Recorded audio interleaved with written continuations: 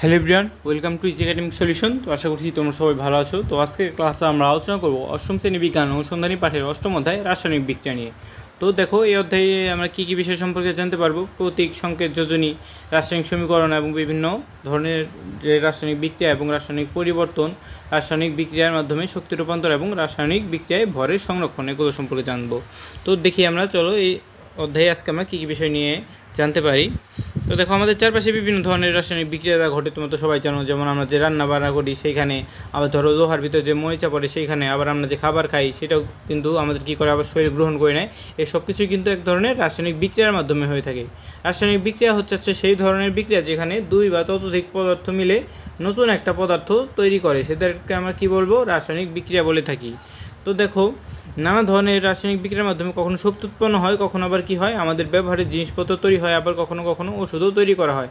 অর্থাৎ যে ওষুধটাও আমরা খেয়ে থাকি এটাও কিন্তু রাসায়নিক বিক্রিয়ার মাধ্যমে উৎপাদন করা হয়।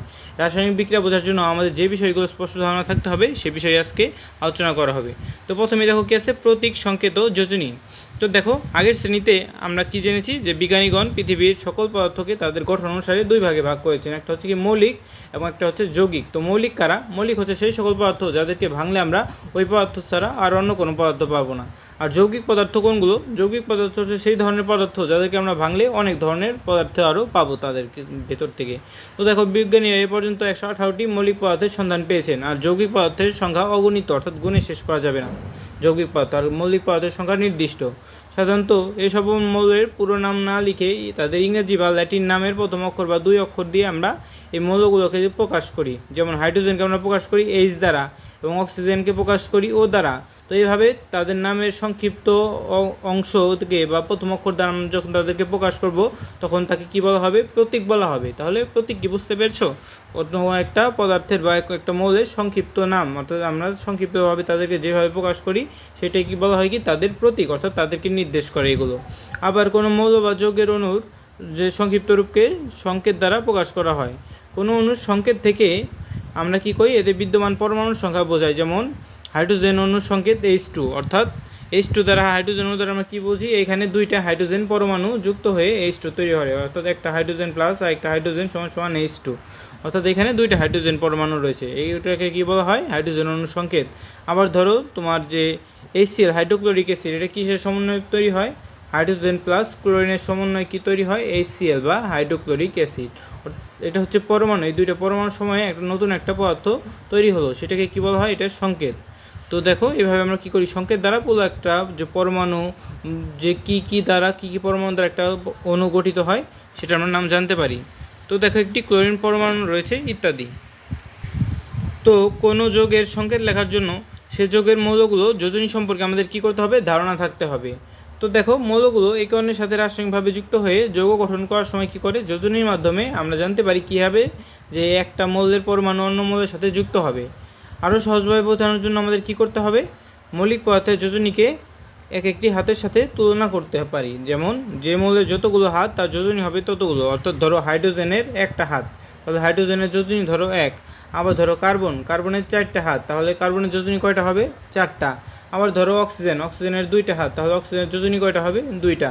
এরকম আমরা যোজনী বের করব। তো যোজনী বের করার সিস্টেমটাও তোমাদের দেখাবো, কোনো টেনশনের কারণেই। তো দেখো, একটি হাইড্রোজেন পরমাণু একটি হাত দেওয়া একটা ক্লোরিনের সাথে যুক্ত থাকে, এজন্য ক্লোরিনেরও একটা হাত রয়েছে, হাইড্রোজেনের একটা হাত রয়েছে, অর্থাৎ এদেরকে যোজনী কত? তাহলে হাইড্রোজেন এবং ক্লোরিনের উভয়ই যোজনী হচ্ছে 1। তো এইভাবে আমরা যোজনীটা বের করতে পারি। তো দেখো, এই যে এখানে হাইড্রোজেন ক্লোরিনে একটা হাত দ্বারা যুক্ত হয়েছে, এটা হচ্ছে একটা হাত রয়েছে। আবার দেখো পানি, অক্সিজেনের দেখো কয়টা হাত? অক্সিজেনের 2টা হাত কিন্তু দেখতে পাচ্ছি। আর হাইড্রোজেনের এখানে একটা, এই হাইড্রোজেনের একটা, অর্থাৎ প্রত্যেকটা হাইড্রোজেনে একটা করে হাত রয়েছে। অর্থাৎ হাইড্রোজেনের যোজনী 1 আর অক্সিজেনের 2টা হাত রয়েছে বিধায় অক্সিজেনের যোজনী হচ্ছে 2। তো দেখো, উপরের উদাহরণ থেকে বোঝা যায় কি, কোনো মৌলের যোজনী হলো ওই মৌলের একটি পরমাণু কয়টি হাইড্রোজেন পরমাণুর সাথে যুক্ত হতে সক্ষম সেইটা। তো দেখো, কোনো যৌগ গঠনের সময় খেয়াল রাখতে হবে কি, মৌলের সব কয়টি যোজনী কাজে লাগছে নাকি সব কোনো কিছু ফাঁকা আছে। তো দেখো, তোমাদের একটা কাজ দেওয়া আছে। ধরো নাইট্রোজেনের যোজনী হচ্ছে 3, অর্থাৎ যে নাইট্রোজেন এটার যোজনী হচ্ছে 3, আর কার্বনের যোজনী কত? 4। তো দেখো, তোমরা কি যোজনী ব্যবহার করে নাইট্রোজেন এবং হাইড্রোজেন দ্বারা গঠিত অ্যামোনিয়ার সংকেত লিখতে পারবে? তো কীভাবে, তোমরা কি কার্বন ও হাইড্রোজেন দ্বারা গঠিত মিথেনের সংকেত লিখতে পারবে? হ্যাঁ, পারবো। তো দেখো, আমরা কি জানি, ধরো আমাদের এইখানে কি বলা হয়েছে, ধরো নাইট্রোজেন এবং হাইড্রোজেন দ্বারা আমাদের অ্যামোনিয়ার সংকেত লিখতে হবে। তো নাইট্রোজেনের হাত হচ্ছে 3, এটা আমরা জানি।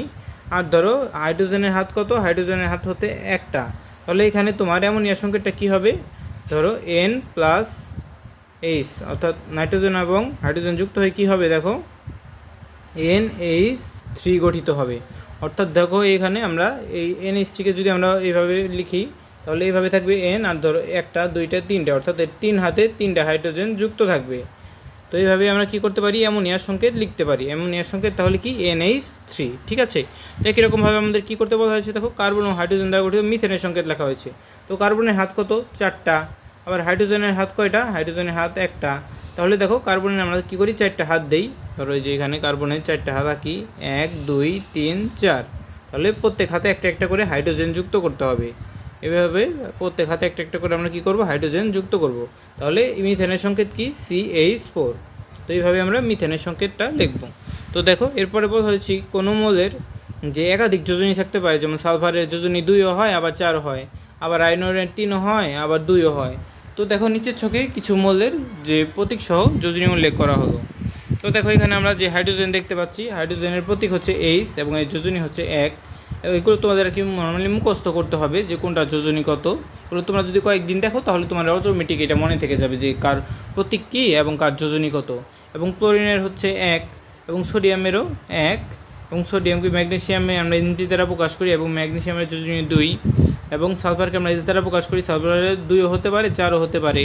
আবার ধরো অক্সিজেনকে প্রতীক হচ্ছে O এবং যোজনী 2, নাইট্রোজেনের প্রতীক N এবং এর যোজনী হচ্ছে 3, অ্যালুমিনিয়ামের প্রতীক Al এবং এর যোজনী 3, আর আয়রনের Fe দ্বারা প্রকাশ করি এবং এর যোজনী 2ও হতে পারে, 3ও হতে পারে। আর কার্বনকে আমরা C দ্বারা প্রকাশ করি এবং এর যোজনী হয় নর্মালি 4।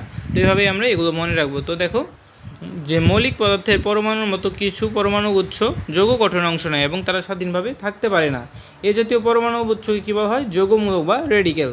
অর্থাৎ ধরো এই যে NH3 এরা কিন্তু স্বাধীনভাবে থাকতে পারে, ধরো অ্যামোনিয়া, আবার ধরো মিথেন, এরা কিন্তু কোনো প্লাস মাইনাস নেই, অর্থাৎ এখানে কোনো আয়ন গঠিত হয়নি। কিন্তু কিছু কিছু যে পরমাণু নিয়ে একটা আয়ন গঠিত হয়, একটা যৌগমূলক গঠিত হয়, সেখানে আয়ন 2+, 2-, দেখো যে এখানে আমরা যেমন SO4 2-, অর্থাৎ এখানে দেখো SO4 থাকলে নর্মাল ছিল, কিন্তু এখানে দেখো আবার 2-, এই যে এখানে আবার দেখো CO3 কার্বনেট আয়ন, CO3 আবার 2-, অর্থাৎ এখানে দেখো প্লাস মাইনাস যুক্ত আছে। তো এইভাবে যদি একটা যে যৌগের ভিতরে যদি প্লাস মাইনাস যুক্ত থাকে তাহলে আমরা সেটাকে কী বলবো, যৌগ না বলে আমরা বলবো কি, যৌগমূলক। তো যদি SO4কে আমরা কিন্তু কী বলবো, যৌগ। আর এখানে যদি তোমার 2- থাকে, তাহলে যদি প্লাস মাইনাস থাকে তাহলে আমরা কী বলবো, যৌগমূলক। একই রকমভাবে যেগুলো হচ্ছে কি তোমার যৌগমূলক, যেমন NH4+ আছে, এর মানে যদি NH4 থাকতো তাহলে আমরা যৌগ বলতাম, কিন্তু এখানে যেহেতু প্লাস আছে এটাকে আমরা কী বলবো, যৌগমূলক। তো দেখো আবার দেখো যে কিছু যৌগমূলকের যোজনী উল্লেখ করা হলো, যেমন নাইট্রেট এবং অ্যামোনিয়ার উভয় যোজনী 1। তো যোজনী আমরা কীভাবে বের করবো, দেখো যতগুলো এখানে প্লাস মাইনাস থাকবে একটা যৌগমূলকে সেটা হবে তার যোজনী। তো দেখো এখানে কয়টা মাইনাস আছে, নাইট্রেটে 1টা মাইনাস, আবার অ্যামোনিয়ামে 1টা প্লাস আছে, অর্থাৎ এখানে প্লাস মাইনাসের সংখ্যা হচ্ছে 1টা করে, জন্য এর যোজনীও 1, এর যোজনীও 1। আবার দেখো কার্বনে প্লাস মাইনাস কয়টা, কার্বনেটে -2, অর্থাৎ 2টায়, আবার এর যোজনী এর জন্য 2, আবার ফসফেটে দেখো প্লাস মাইনাস কয়টা আছে, 3টা আছে, এই জন্য এর যোজনী কত হবে, 3। তো এইভাবে মূলত তুমি কী করবে, কোনো একটা পরমাণু এবং তোমার যে কোনো যৌগমূলকের যোজনী বের করতে পারবে। ধরো যে তোমার সোডিয়াম Na+, তো সোডিয়ামের যোজনী তুমি কীভাবে বের করবে, 1টা প্লাস আছে এই জন্য এর যোজনী হবে 1। আবার ধরো ম্যাগনেসিয়ামে M2, তো ম্যাগনেসিয়ামের প্লাস মাইনাস কয়টা আছে, 2টা, এই জন্য ম্যাগনেসিয়ামের যোজনী 2। তো এইভাবে তুমি কী করতে পারবে, খুব সহজেই প্লাস মাইনাস দ্বারা যোজনী বের করতে পারবে। তো আজকে এই পর্যন্তই। তো আজকের ক্লাসটি কেমন লাগলো অবশ্যই কমেন্ট করে জানাতে ভুলবে না।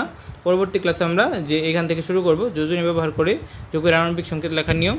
তো এই ভিডিওটি ভালো লেগে থাকলে অবশ্যই ভিডিওতে লাইক এবং চ্যানেলটিকে সাবস্ক্রাইব করতে ভুলবে না। তো সবাইকে ধন্যবাদ জানিয়ে আজকে এখানেই শেষ করছি।